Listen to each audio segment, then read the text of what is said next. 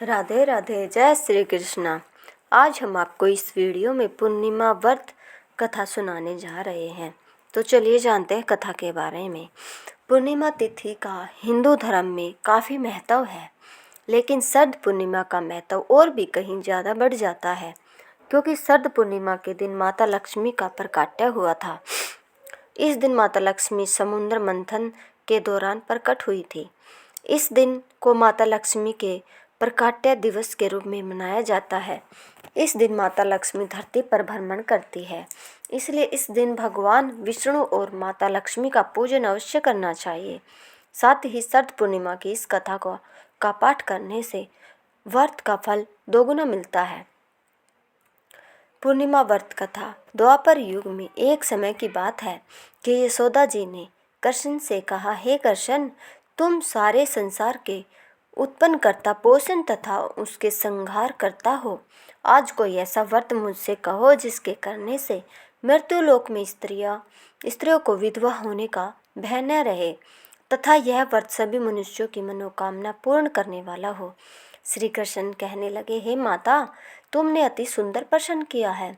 मैं तुमसे ऐसे ही व्रत को सविस्तार कहता हूँ। सौभाग्य की प्राप्ति के लिए स्त्रियों को 32 पूर्णिमाओं का व्रत करना चाहिए। इस व्रत को करने से स्त्रियों को सौभाग्य संपत्ति मिलती है। यह व्रत अचल सौभाग्य को देने वाला और भगवान शंकर के प्रति मनुष्य मात्र की भक्ति को बढ़ाने वाला है। यशोदा जी की कहने लगी, हे कृष्ण, सर्वप्रथम इस व्रत को मर्त्यलोक में किसने किया था? इसके विषय विस्तार पूर्वक मुझसे कहो। श्री कृष्ण जी कहने लगे कि इस भूमंडल पर एक अत्यंत प्रसिद्ध राजा चंद्रहास से पालित अनेक प्रकार के रत्नों से परिपूर्ण कातिका नाम की एक नगरी थी। वहाँ धनेश्वर नाम का एक ब्राह्मण था और इसकी स्त्री अति सुशील रूपवती थी। दोनों ही उस नगरी में बड़े प्रेम के साथ रहते थे। घर में धन धान्य आदि की कोई कमी नहीं थी। उनको एक बड़ा दुख था, उनके कोई संतान नहीं थी, जिस वजह से वह बहुत दुखी रहते थे। एक दिन एक बड़ा तपस्वी योगी उस नगरी में आया। वह योगी बाकी सभी घरों से भिक्षा मांगकर भोजन किया करता था, लेकिन उस ब्राह्मण के घर से भिक्षा नहीं मांगा करता था। एक दिन योगी गंगा किनारे भिक्षा मांगकर प्रेम पूर्वक खा रहा था कि धनेश्वर ने योगी को यह सब करते देख लिया। सब कार्य किसी प्रकार से देख लिया। सभी भिक्षा अनादर से दुखी होकर धनेश्वर योगी से बोले, और सभी घरों से भिक्षा लेते हैं, परंतु मेरे घर की भिक्षा कभी नहीं लेते। इसका क्या कारण है? योगी कहने लगा कि आपके धर्म हमें इस बात की आज्ञा नहीं देता है, क्योंकि अभी आप गृहस्थ जीवन में एक सुख से वंचित हैं। आपके घर संतान होने पर मैं आपके घर से भी भिक्षा स्वीकार कर लूँगा। उन्होंने कहा कि जिसे संतान नहीं है उसके घर से भिक्षा लेने से मेरे भी पतित हो जाने का भय है। धनेश्वर यह बात सुनकर बहुत दुखी हुआ और हाथ जोड़कर योगी के पैरों पर गिर पड़ा तथा दुखी मन से कहने लगा कि आप मुझे संतान प्राप्ति के उपाय बताएं। आप सर्वज्ञ हैं, मुझ पर अवश्य यह कृपया कीजिए। धन की मेरे घर में कोई कमी नहीं है, लेकिन मैं संतान न होने के कारण अत्यंत दुखी हूँ। आप मेरे इस दुख का हरण कीजिए। यह सुनकर योगी कहने लगे, तुम चंडी की आराधना करो। घर पहुंचकर उन्होंने यह सारी बात अपनी पत्नी को बताई और खुद वन में चला गया। वन में पहुंचकर उसने चंडी की आराधना की और उपवास किया। चंडी ने 16 दिन उसको अपने दर्शन दिए और कहा कि हे धनेश्वर, जा, तेरे पुत्र होगा, लेकिन उसकी आयु सिर्फ 16 वर्ष होगी। 16 वर्ष की आयु में ही उसकी मृत्यु हो जाएगी।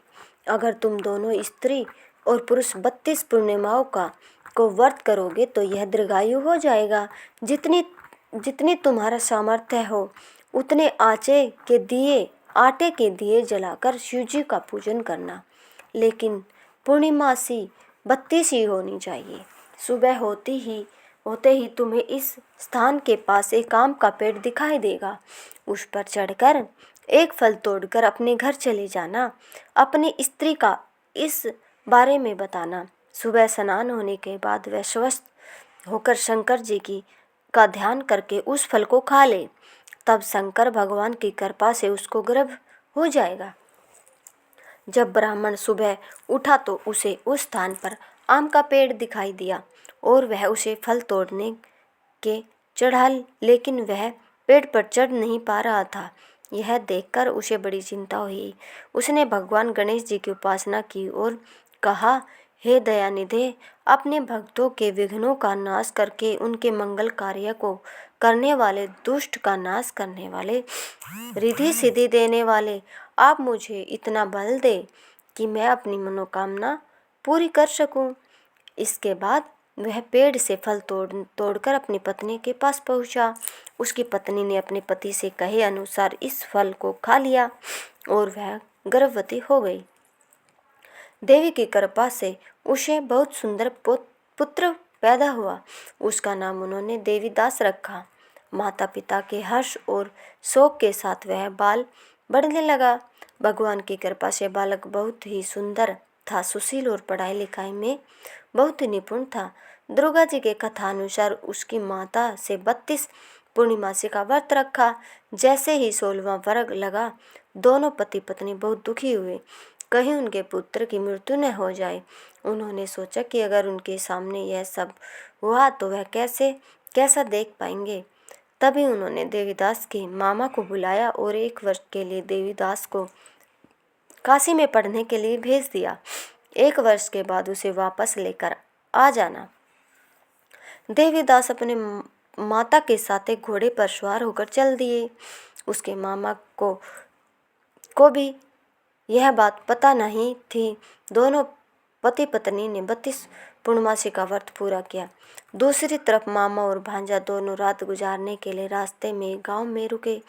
उस दिन उस गांव में ब्राह्मण की कन्या का विवाह होने वाला था। जिस धर्मशाला में वर और बारात के बाकी लोग रुके हुए थे, उसी धर्मशाला में देवीदास और उसका मामा ठहर गए। उधर कन्या को तेल आदि चढ़ने के बाद जब लगन का समय आया तो वर की तबीयत खराब हो गई। वर के पिता ने अपने परिवार वालों से विचार विमर्श करके कहा कि यह देवीदास मेरे पुत्र जैसा ही है, मैं इसके साथ लगन करा दूं और बाद में बाकी सारे काम मेरे बेटे के साथ पूरे हो जाएंगे। ऐसे कहने के बाद वर के पिता देवीदास को मांगने के लिए उसके मामा के पास गए और उन्हें सारी बात बताई। मामा ने कहा कि कन्यादान में जो कुछ भी मिलेगा वो हमें दे दिया जाए। वर के पिता ने बात स्वीकार कर ली। इसके बाद देवीदास का विवाह कन्या के साथ संपन्न हो गया। इसके बाद वह अपनी पत्नी के साथ भोजन न कर सका और मन में विचार करने लगा कि न जाने यह किसकी पत्नी होगी। यह सोचकर उसकी आंखों में आंसू आ गए। तब वधू ने पूछा कि क्या बात है, आप उदास क्यों हैं? तब उसने सारी बातें अपनी पत्नी को बता दी। तब कन्या कहने लगी, यह ब्रह्म विवाद के विपरीत है।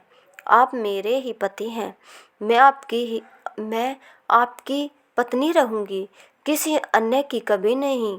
तब देवीदास ने कहा, ऐसा मत करिए क्योंकि मेरी आयु बहुत कम है। मेरे बाद आपका क्या होगा? लेकिन उसकी पत्नी नहीं मानी और बोली, स्वामी आप भोजन कीजिए। दोनों रात में सोने के लिए चले गए। सुबह देवीदास ने पत्नी को 4 नगों से जड़ी एक अंगूठी दी और एक रुमाल दिया और बोला कि हे प्रिय, इसे लो और संकेत समझकर स्थिर चित्त हो जाओ।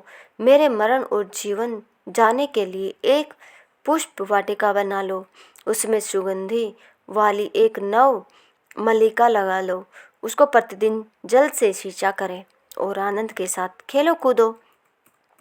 जिस समय और जिस दिन मेरा प्राणांत होगा उस दिन यह फूल सूख जाएंगे। जब यह फिर से हरे हो जाए तो जान लेना मैं जीवित हूँ। यह समझाकर वह वहाँ से चला गया। इसके बाद जब वर और बाकी बाराती मंडप में आए तो कन्या ने उसे देखकर कहा कि ये मेरा पति नहीं है, मेरे पति वह है जिनके साथ रात में विवाद हुआ है, जिसके साथ मेरा विवाह नहीं हुआ है। अगर यह वही है तो यह बताए कि मैंने इसके क्या दिया है, मैंने इसको क्या दिया है। साथ ही कन्यादान के समय को आभूषण मिले उन्हें दिखाई। कन्या की ये सारी बातें सुनकर वह कहने लगा कि मैं यह सब नहीं जानता। इसके बाद सारी बारात की भी अपमानित होकर लौट गई। भगवान कृष्ण बोले, हे माता, इस प्रकार देवीदास काशी चला गया।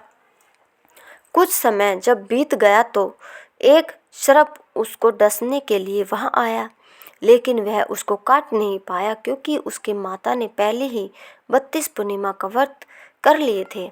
इसके बाद खुद काल वहां पहुंचा। भगवान की कृपा से तभी वहां माता पार्वती और भगवान गणेश आ गए। देवीदास को मूर्छित दशा में देखकर माता पार्वती ने भगवान शिव से प्रार्थना की कि महाराज, इस बालक की माता ने पहले ही 32 पूर्णिमा के व्रत कर लिए हैं, आप इसको प्राण दे। भगवान शिव ने माता पार्वती के कहने पर उसे प्राण दान में दे दिए। उधर उसकी पत्नी उसके काल की प्रतीक्षा कर रही थी। उसकी पत्नी ने जाकर देखा कि पुष्प और पत्थर दोनों ही नहीं है, तो उसको बहुत आश्चर्य हुआ। और जब उसने देखा कि पुष्प वाटिका फिर से हरी हो गई, तो वह समझ गई कि उसका पति जिंदा हो गया है। इसके बाद वह बहुत ही प्रसन्न होकर अपने पिता से कहने लगी कि मेरे पति जीवित हैं, उनको ढूंढिए। जब 16वां वर्ष व्यतीत हो गया तो देवीदास भी अपने मामा के साथ काशी चल दिए। इधर उसकी पत्नी के परिवार वाले उन्हें ढूंढने के लिए जा ही रहे थे कि उन्होंने देखा कि देवीदास और उसका मामा उधर ही आ रहे थे। उसको देखकर उनके ससुर बहुत प्रसन्न हुए और उसे अपने घर ले आए। वहाँ सारा वगर इकट्ठा हो गया और कन्या ने भी उसे पहचान लिया। देवीदास ने इसके बाद अपनी पत्नी और मामा को लेकर वहाँ से चल दिए। उसके ससुर ने भी उसे बहुत धन दहेज दिया। जब वह अपने घर की तरफ चल रहा था तो उसके माता पिता को लोगों ने खबर कर दी, तुम्हारा पुत्र देवीदास अपनी पत्नी और मामा के साथ आ रहा है। ऐसा समाचार सुनकर पहले तो उन्हें विश्वास नहीं हुआ, लेकिन जब देवीदास आया और उसने अपने माता पिता के पैर छुए तो देवीदास के माता पिता ने उनका माथा चूमा और दोनों को अपने सीने से लगा लिया। दोनों के आने की खुशी में धनेश्वर ने बहुत दान दक्षिणा ब्राह्मणों को दी। श्री कृष्ण जी कहने लगे कि इस तरह धनेश्वर को 32 पूर्णिमाओं को व्रत के प्रभाव से संतान प्राप्त हुई। जो स्त्री इस व्रत को करती है वह जन्म जन्मांतरों तक वेदव्यय का दुख नहीं भोगती है और सदैव सौभाग्यवती रहती है। यह मेरा वचन है। यह व्रत संतान देने वाला और सभी मनोकामना को पूरा करने वाला है। अगर आपको हमारी यह वीडियो पसंद आई हो तो प्लीज़ चैनल को लाइक सब्सक्राइब जरूर करें और कमेंट में जय श्री कृष्ण जरूर लिखें। धन्यवाद।